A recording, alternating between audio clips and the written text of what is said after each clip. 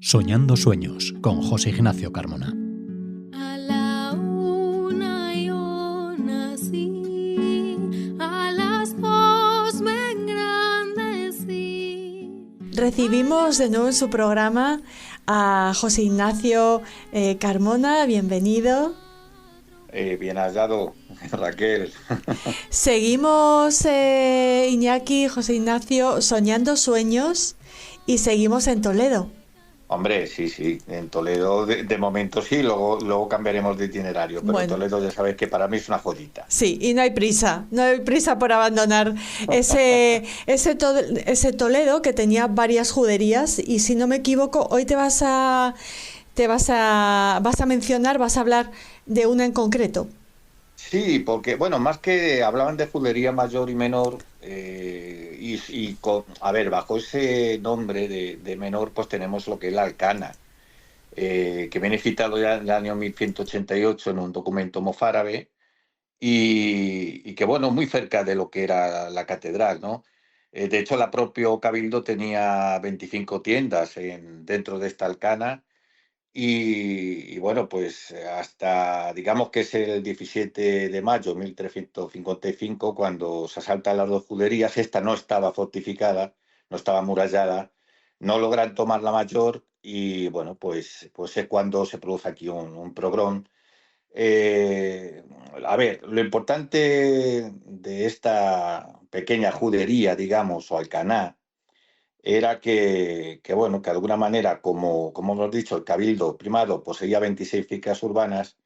Pues claro, se tenía que expandir el claustro por el arzobispo don Pedro Tenorio, y no había manera de echar de allí a los judíos con sus tiendas. Entonces, sus propietarios debieron resistirse, Raquel, a pesar de las vejaciones, porque los sirvientes del arzobispo contra estos comerciantes, pues unos dicen que les arrojaban basura, animales muertos desde los propios tejados de la catedral, otros aluden quizás a un incendio provocado. Lo que sí está claro que el golpe de gracia de este barrio es el 5 de agosto de triste fecha, de 1391, que es cuando se produce pues un progrón y desaparece lo que es esta pequeña judería o alcaná. Como estamos soñando sueños, y me preguntáis que por qué he elegido esto, aparte que hoy en día la calle Trinidad, que colinda todavía con la catedral, ya lo mencionamos en el otro programa, tenemos la MICB. Tenemos una MICB o los restos de una posible MICB que se englobaría en la prolongación de esta antigua alcaná. Claro, lo que yo le voy a llamar a esta calle, soñando sueños, es la calle mística, Raquel. La calle mística. Y te voy a decir por qué. Porque al principio de la calle Granada tenemos un extraño signo que pasa desapercibido al visitante, que es una mano que soporta o que está como abrazada por una filateria y contiene una granada, símbolo, como tú sabes, hebreo por excelencia. Y este signo no es un signo cualquiera, es un signo que hace alusión prácticamente esto está en la casa de los marqueses de Terán. Y digo que ojo a este signo, porque en Toledo pasan de ser percibidos muchos de los signos que dejaron impresos sus judaizantes, esos tenaces judaizantes, porque como bien sabes, las falanges de los dedos contienen el nombre de Yahvé, y esas 26 por 3 veces que se hace en el sábado la bendición y se usa la sal, pues curiosamente esta calle Granada, paralelamente a ella, ¿qué tenemos? Pues nos vamos a encontrar, fíjate, la calle de la Sal y al lado de ella la calle de la Sinagoga. Eso hoy en día, donde hubo de haber sí o sí una sinagoga. Eso lo sabemos por un documento donde la priora del convento Santo Domingo el Real, para cobrarse una deuda que tiene doña Fulema, esta priora era hija natural del rey don Pedro, pues compra una serie de casas a un judío llamado Zulema y se sabe que ahí hubo una sinagoga. Figúrate que sería para mí una de las sinagogas, curiosamente, a lo mejor más enfocada en el estudio de la Kabbalah toledana, Raquel. Y esto serían palabras mayores. Date cuenta que en muchos de los edificios donde vivieron estos judaizantes, obviamente no podían poner la mefufá, pero sí, hoy en día, por ejemplo, tenemos en la calle del Caños de Oro 3, que cuando tú haces una reforma, pues aparecen una serie de textos ocultos que se encuentran relacionados con este mundo converso, que es esto muy reciente, ¿eh? Y, por ejemplo, aparecen textos de un segmento del canto triunfal de Moisés rumbo a Elim, que comienza con el versículo 29 de lo que es el capítulo 14 del libro del Éxodo y finaliza en el capítulo 15, ¿no? Y esto es muy importante porque, a pesar de la progresiva desaparición del judaísmo, esta práctica clandestina de la religión judía, lo que están haciendo sus antiguos dueños es, a ver, algo ha pasado, que es un designio del Señor, por lo que hemos sido expulsados y estamos pasando estas tribulaciones, pero ellos encriptan de una manera velada al cristiano muchos digamos, de su profesión de mantener la fe en secreto, y esto es lo que ocurre en nuestro Toledo. Por eso digo que en esta Alcaná, que hoy en día no es visitada por prácticamente nadie, por favor que se acerquen a la calle de la Granada y frente al número 7 de la antigua casa de los Marqueses de Terán, observen esa mano donde tiene una filateria y porta una granada. Porque nos Wow. está diciendo muchísimo más de lo que creemos, ¿eh? Y Eh, precisamente en el número 7, ¿no? Correctamente, Ujú. correcto, correcto. Y fíjate tú que un poquito más arriba está la calle de San Ginés, que se englobaría dentro de esta Alcaná, Ujú. donde está la famosa cueva de Hércules, que no es una cueva de Hércules, pero bueno, ya sabes tú que el imaginario popular, pero también curiosamente lo que se está diciendo es que eso es un espacio cuanto menos señalado y relacionado con el misticismo. Ujú. Y si era una zona prototípicamente judía, pues imagínate de lo que estamos hablando.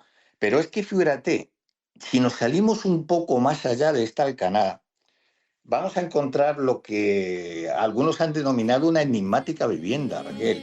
Y si no tienes amante, yo te han de defender, alma, vida Para y darles pistas a estos visitantes, Ujú. a estos A estos visitantes soñadores. soñadores que quieren ver un Ujú. Toledo desde esos ojos, sobre todo específicamente judíos. ¿Y por qué te digo esto? Pues porque en ese callejón del abogado, que está cerca de lo que es hoy la calle de Alfileritos, nombrada hoy Alfileritos, pues hay una vivienda donde, figúrate tú, en una tábica se encontró una inscripción en caracteres cúficos que decía: aquí vive el que sabe la magia. Y junto a ella, en un hueco, digamos, debidamente tapiado durante siglos, pues se descubre un papel o pergamino enrollado que al contacto con el aire se deshace. O sea, que tiene todos los elementos de una película. Bueno, pues algunos especialistas que han estudiado esto, Raquel, que datan esta pared del siglo X y XI, en este lienzo de color rojo y negro, que está en otro lienzo de pared, que se encuentra tras el anterior, pues aparecen una serie de signos, vamos, específicamente esto es cabalísticos. ¿Y por qué te digo esto? Porque fue estudiado por un joven sefardí, Antonio Cruz Rosón, que, bueno, esto ya te digo que se argumenta en las películas, porque tú sabes que hay muchos tabús de la Kabbalah y prácticamente este chico era un chico joven y murió durante el estudio de este lienzo.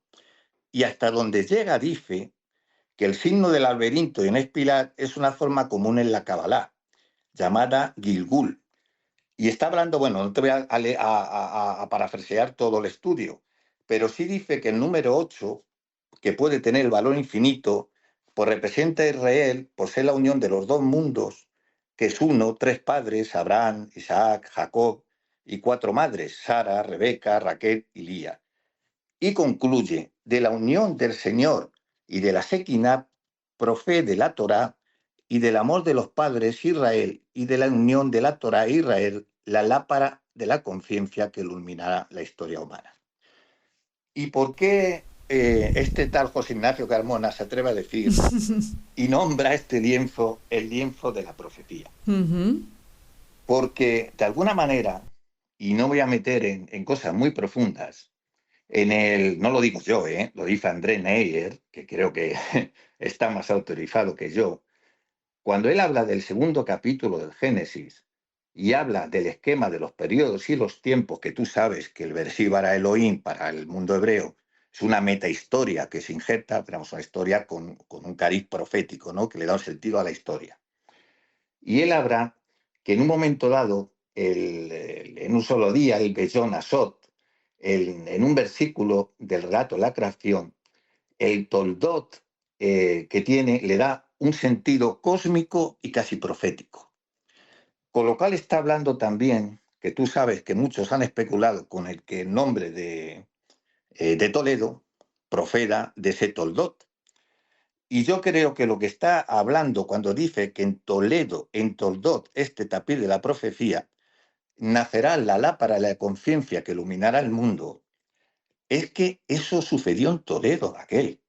A través de la escuela de las traducciones se cambió el conocimiento, aquí se tradujo todo el saber universal, que hoy en día forma parte y de la base del conocimiento de la occidentalidad, y bueno, y por ende también del conocimiento universal.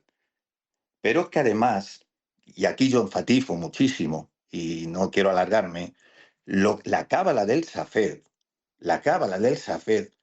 es tributaria de este contexto que estamos hablando, de este Toledo, donde de alguna manera, figúrate tú, ya sabes que aquí se afincaron, por ejemplo, los rabinos Aser ben Yigel, discípulo de Meir de Rutenborg, su hijo Jacob ben Aser, Abraham de Colonia, que era discípulo de Eleazar de Worf en la época de Alfonso X.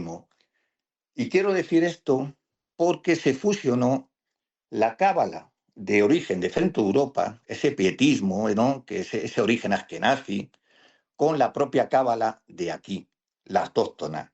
Y de esa fusión nace ni más ni menos que lo que algunos estudiosos, como puede ser Israel Tasman, basándose en un estudio de orientación jaláquica, que se manifiesta en muchos pasajes del Zohar, él dice que la obra fue compuesta en la escuela de Nahmanides y que, según lo que él aporta, los autores de Zohar es verdad que podían ser de origen español, pero se escribió en la década de los 1260 o 1270 en Toledo o Guadalajara, en el círculo de Johann ben Girondi.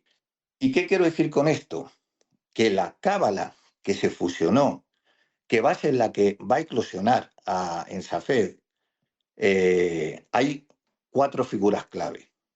Y dos de ellas, sobre todo, son toleranos, que son Joseph Caro, que como bien sabes, escribió, bueno, el tratado, prácticamente el tratado que todo el mundo consensuado hoy en día por todas las corrientes, y sobre todo Abraham Infibra, que fue el maestro del Arifal en Egipto. Y estos cuatro van a ser, estos dos, con otros aportación de otros dos más, como es el rabino Beobat, que es de Escalona, muy cerquita de aquí, van a ser los que de alguna manera van a fijar lo que es la cábala del Safed. Bueno, pues si todos estos elementos, que sé que voy muy deprisa, los unes, te das cuenta de que en esa enigmática vivienda llamada del Callejón del Abogado, donde aparece un tapiz que yo después no tengo otra manera que denominar de la profecía, pues se cumple la historia profética, porque realmente, gracias a la aportación y a lo que sucedió en Toledo, surgió una cábala, que es la cábala que conocemos hoy, y conocemos hoy para todas las corrientes. Y eso se forjó en Toledo, Raquel.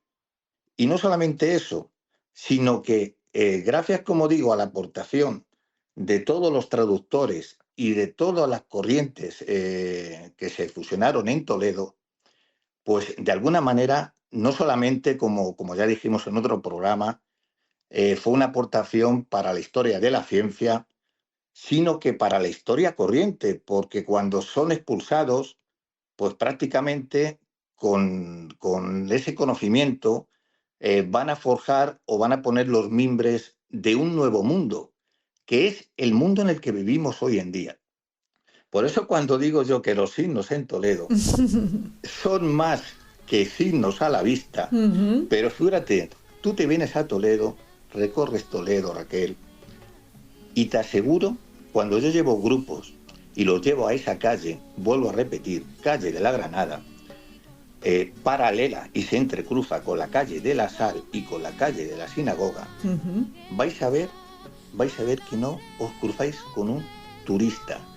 Vais a ver que la energía cambia y vais a ver que esa calle está caracterizada por algo que yo solo puedo decir que se puede uno ver o sentir con los ojos del espíritu. Créeme. Wow. Pues nos quedamos en esa calle esperándote para la próxima entrega de Soñando Sueños. Muchísimas gracias, José Ignacio. Gracias a vosotros. Alma